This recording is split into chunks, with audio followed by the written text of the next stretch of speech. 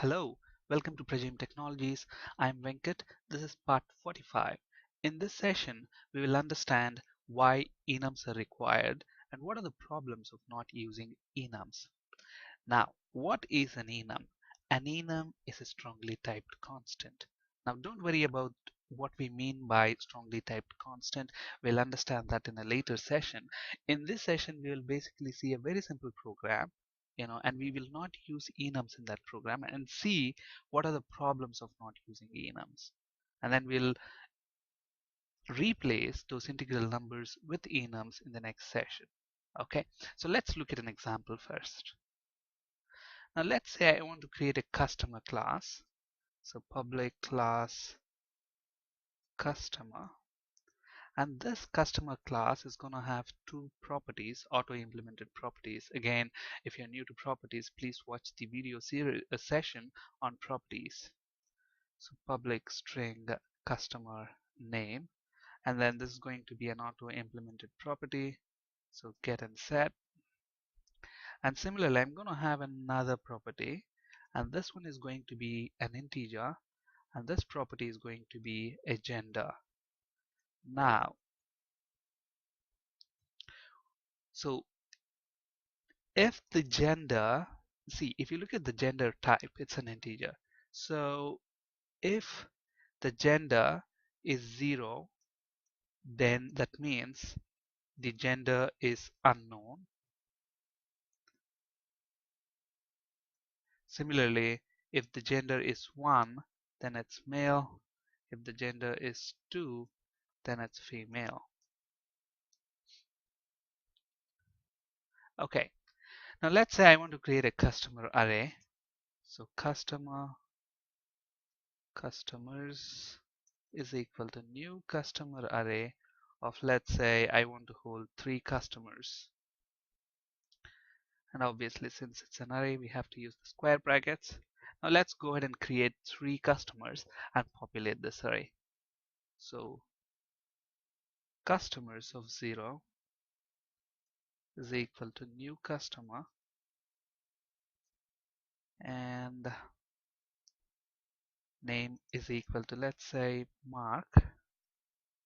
And since Mark is male, we will pass in 1.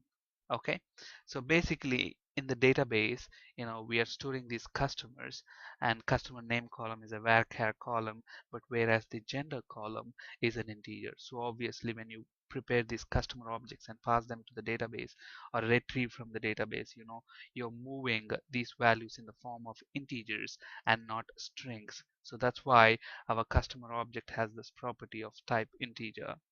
Okay, so we have one customer object. Similarly, let's go and create 2 more customer objects.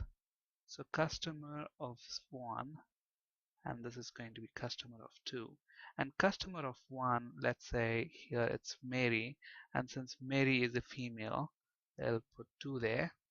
And finally Sam, and Sam's gender is unknown, so we will say 0. Okay, now if you look at what we have done so far, we have just created a customer class, and we have created a customer array, 3 customer objects. Now what I want you to do is basically print out the customer names and genders that are present in this array. And to do that, we can make use of a for each loop. So for each, we can say customer, for each customer, and the variable is customer, in customers collection. What we want to do, we want to print the customer's name and the gender. So how do we do that? Console.writeLine. So name is equal to, and gender is equal to at. So name is equal to the customer object dot name, and similarly we want the customer gender, so we can say the customer object dot gender. But if you look at the gender property, that's an integer, so it will print zeros and ones, because In these respective objects, you are storing zeros and ones. So the problem with that is when we display these to the user, look at what's going to happen. Mark gender is 1, Mary gender is 2, Sam gender is 0. So what's this? It doesn't make sense. So what we need to do is probably have another method, and to that method you pass in the gender, which is nothing but 0, 1 or 2, and that method decides, okay, if it is 0 then it is unknown, if it's 1 it's male, and if it's 2 it's female. So let's write that method now. So let's go ahead and create that method. We will call that, maybe get gender method. So public static, and the return type of this method is going to be string, because it will return whether it's male, female or unknown. And then we'll call this get gender, and into this we'll pass the gender integer, whether if it is 0, 1 or 2. Now we can use switch here. So switch, and we will switch on the passed in gender integer. So gender.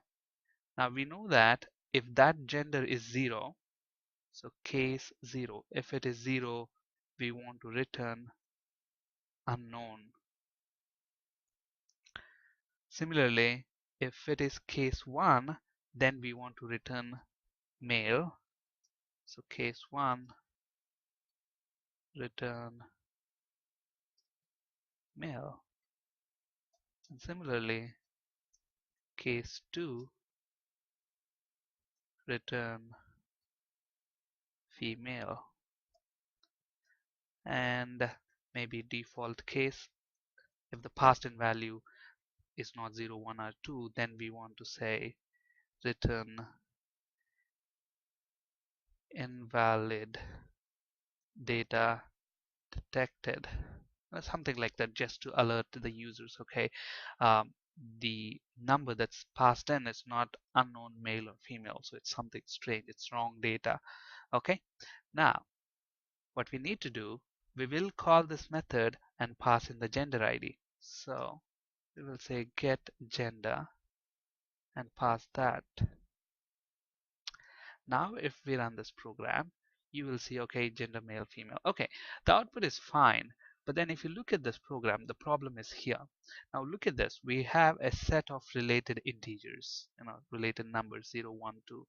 0 means unknown, 1 means male, 2 means female. How do we know that? Okay, if it is 0, then I want to do some processing for unknown. If it is 1, I have to do some processing for male. Unless and until you look at the database or some documentation, you will not know 0, 0 corresponds to unknown, 1 corresponds to male, and 2 corresponds to female.